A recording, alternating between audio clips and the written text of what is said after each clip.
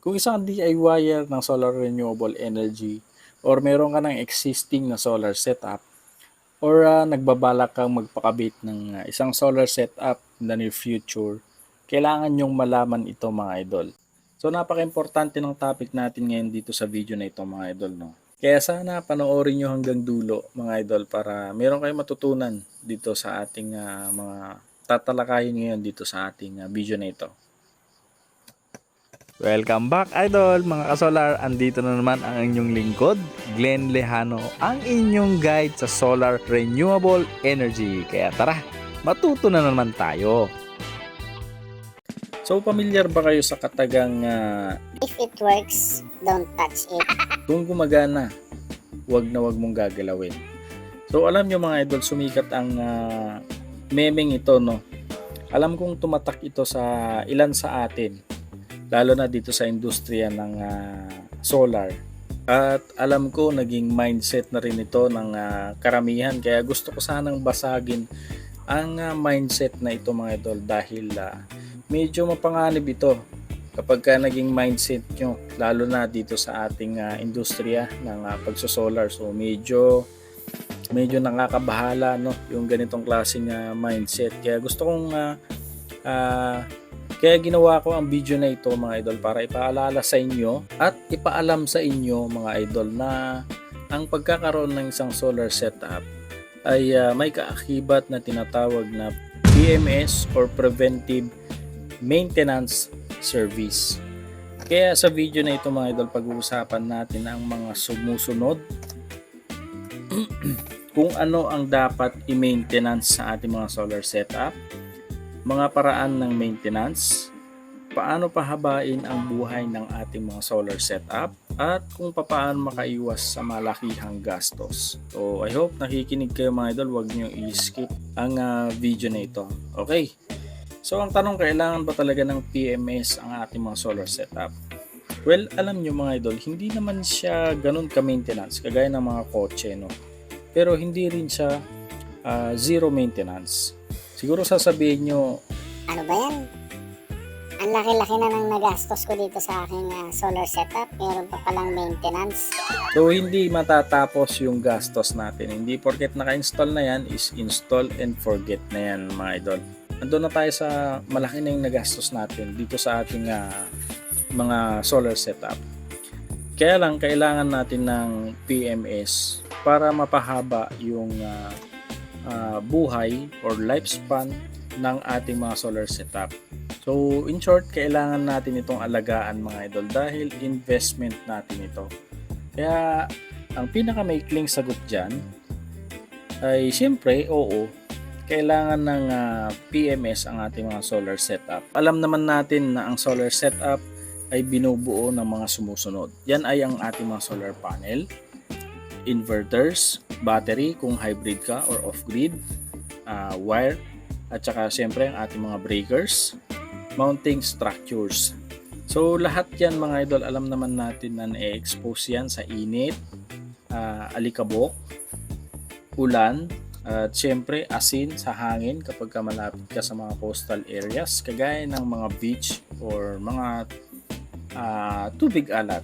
Lalo na mga idol dito sa Pilipinas is alam naman natin mainit, maalikabok, at syempre madalas ang bagyo. Kaya kailangan talaga mga idol ng regular na check-up at visual inspection. So ano-ano nga ba ang mga dapat i-maintenance sa ating mga solar setup? Well, syempre, unahin natin sa solar panel. Kailangan nating panatilihin na malinis yung ating mga solar panels mga idol. So paano bang paglilinis niyan? Siyempre kailangan niyan, para sa amin is 2 hanggang 4 na beses sa isang taon. Kaya lang depende yan sa lugar. So for example, malapit kayo sa maalikabok na area or malapit kayo sa tabing daan, siyempre maalikabok yan, lalo na kung yung daan nyo is rough road. So dapat mas madalas yung inyong paglilinis ng inyong mga solar panels para maiwasan yung pag-build up ng mga makakapal na alikabok. Siyempre mahirap tanggalin yan. And then kailangan din mga idol ng visual inspection sa ating mga solar panels. So hindi natin alam, baka mamaya meron na palang micro cracks or meron ng discoloration ng glass ng ating mga solar panels, or baka mamaya marami na palang ipot ng mga ibon yung mga solar panels natin. So siyempre affected yung efficiency or yung harvest ng ating mga solar panels, ay hindi mafu-full charge kaagad yung ating mga battery. So sunod ay i-check dapat mga idol yung ating mga bolts ng ating mga support frame ng ating mga solar panels. Ito yung ating mga L-foot, mid clamp, end clamp at yung ating mga railings. So napaka-importante na ito mga idol, lalo na pagkatapos ng bagyo. Syempre kapag ka naalog-alog yan, magkakaroon yan ng loose or pagluwag ng mga bolts. Lalong-lalo na mga idol, madalas yan ay initan tapos malalamigan. So syempre prone yan sa thermal expansion. So kapag ka nagkaroon ng thermal expansions, luluwag yan mga idol. So huwag nyo rin kalimutan na i-check yung inyong mga MC4, no? Ayan, isa pa yan yung MC4. Dito sa MC4 hindi maiwasan, lalo na kapag mahangin. Hindi natin alam, baka mamaya lumuwag na yan. So kapag ka lumuwag yan, magkakaroon yan ng loose connection. Kapag ka nagkaroon ng loose connection mga idol, magkakaroon yan ng arcing.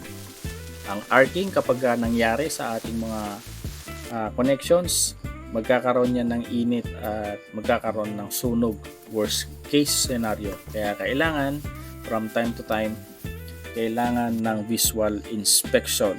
Okay, napaka-importante niyan. Sunod natin yung ating inverter or inverter. Kapag kayo ay gumagamit ng hybrid or off-grid, siyempre meron niyang fan or cooling fan. So eto mga idol, marami hindi nakakapansin nito sa mga cooling fan ng ating mga aparato, no? So dito dahil gumagana naman, madalas hindi na pinapansin, hindi na sinisilip. So dito kadalasan nangyayari ang unang problema ng ating mga inverter, no? Dahil nga gawa ng nagkakaroon ng accumulation ng alikabok sa mga cooling fan ng ating mga inverter.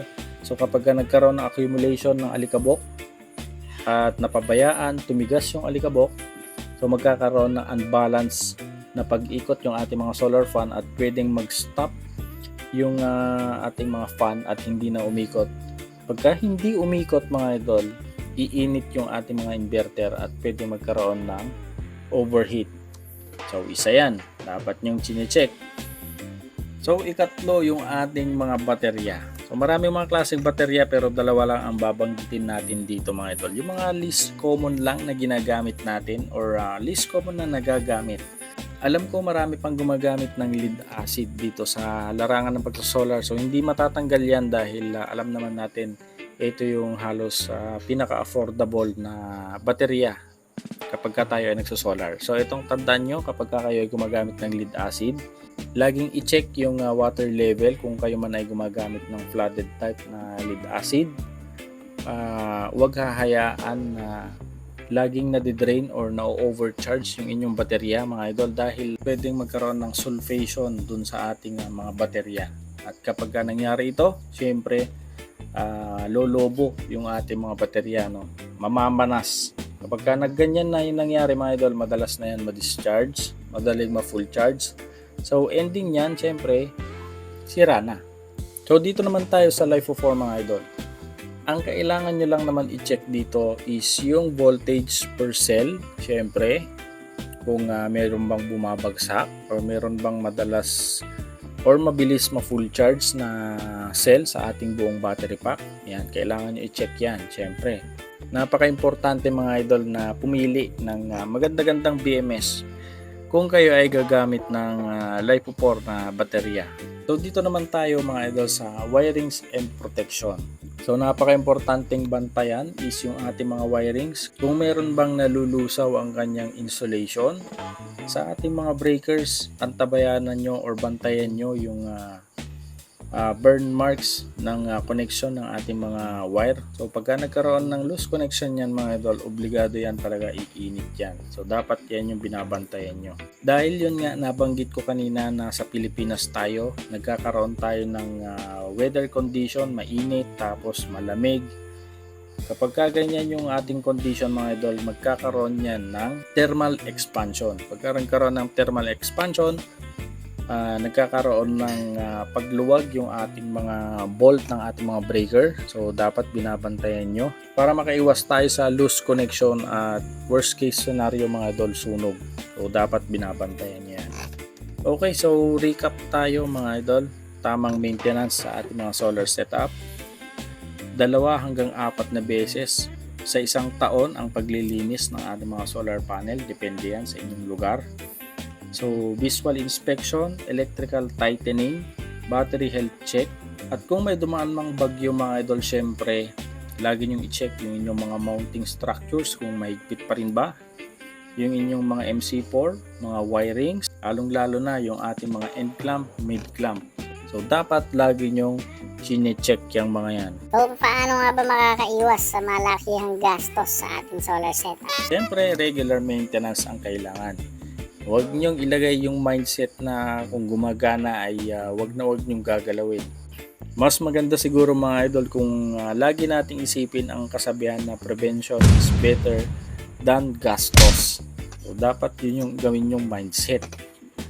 So pakatandaan nyo rin mga idol kapag kayo ay magpapa-install, ugaliin yung tanungin kung meron bang maintenance plan, after sales support syempre, kung may annual check-up yung inyong mga solar setup, at kung ano ang warranty coverage. Dapat huwag kayong nagmamadali sa inyong mga pagpapa-install. Di porket mura ang presyo ay kagat-kagat na kayo.